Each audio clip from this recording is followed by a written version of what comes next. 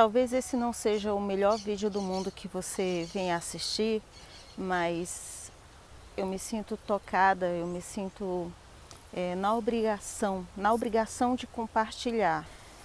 Eu passei por um momento muito difícil com meu pai, porque ele estava com uma doença muito grave e nós não conseguíamos atendimento para ele na rede pública. O último lugar em que ele foi atendido, o médico disse para a gente assim: olha, eu só vou receber ele aqui para ele não morrer em casa. O meu pai estava sentado assim do meu lado direito e ele me abraçou, me puxou assim para o lado dele e disse: fica tranquila, filha, vai dar tudo certo. E daí ele ficou internado e no dia seguinte ele entrou em coma. E eu fiquei em casa. Eu tinha os meus filhos pequenos, eu tinha um trabalho em casa. A sexta-feira eu recebi umas amigas, irmãs na minha casa e fizemos uma oração, a tarde de louvor. E quando terminou a tarde de louvor, o telefone da vizinha estava tocando. Nessa época eu não tinha telefone e em seguida a vizinha veio e me chamou.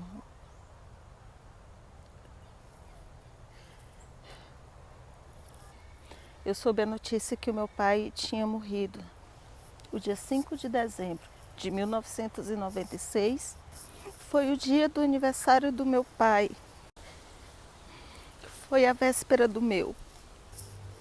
Naquela semana eu estava correndo para tirar o atrasado que eu estava no trabalho, porque na semana anterior eu tinha passado a semana faltando trabalho para ir com meu pai de um hospital para um lado, para o outro. E no fundo, quando nós conseguimos uma vaga em um hospital, para mim foi um pouco de alívio, porque tirando a agonia de estar de um ponto para outro, por outro lado também, eu ia cuidar da minha produção, que na época eu costurava em casa, e eu já estava muito atrasada, e o mês vence, as contas vêm, e você tem filho pequeno e acaba querendo que tudo fique ali nas suas mãos, no seu controle, com medo que falte alguma coisa ou que algo dê errado. Mas o fato é que eu estava ocupada demais com coisas que eu poderia recuperar facilmente.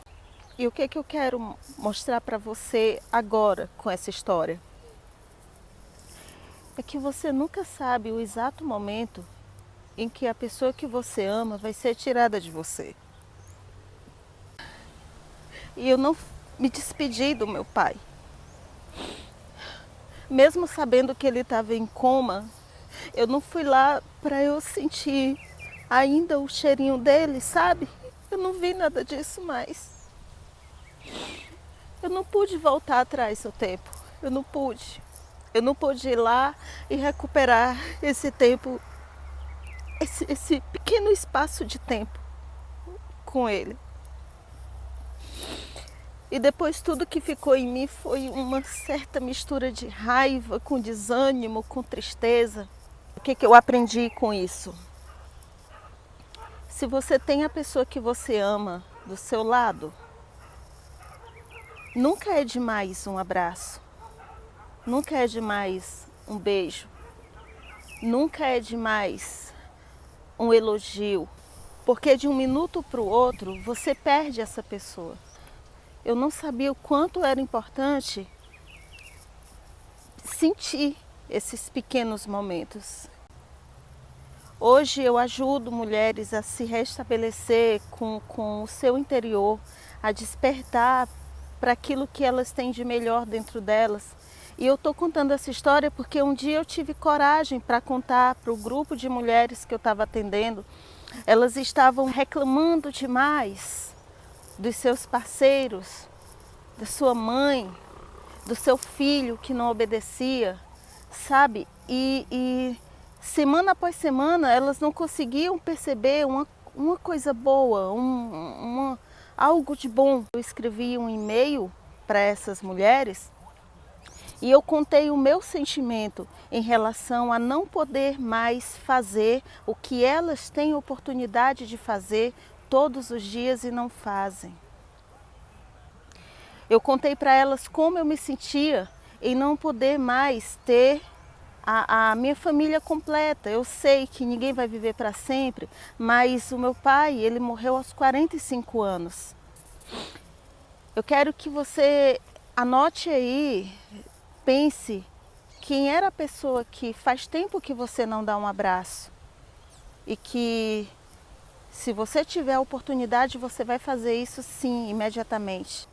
Se você olhar bem direitinho, com um olhar mais calmo, você vai perceber que talvez aquele momento que te causou a maior dor, hoje ele pode sim ser um vetor de mudança na vida de outras pessoas.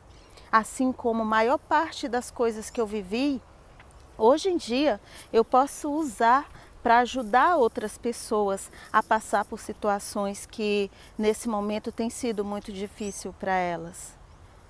O que eu aprendi com a perda do meu pai há 22 anos, hoje me coloca numa posição de poder estimular as pessoas a viver os pequenos momentos, por mais simples que sejam, com aquelas pessoas que elas amam. Eu ensino isso por onde eu passo.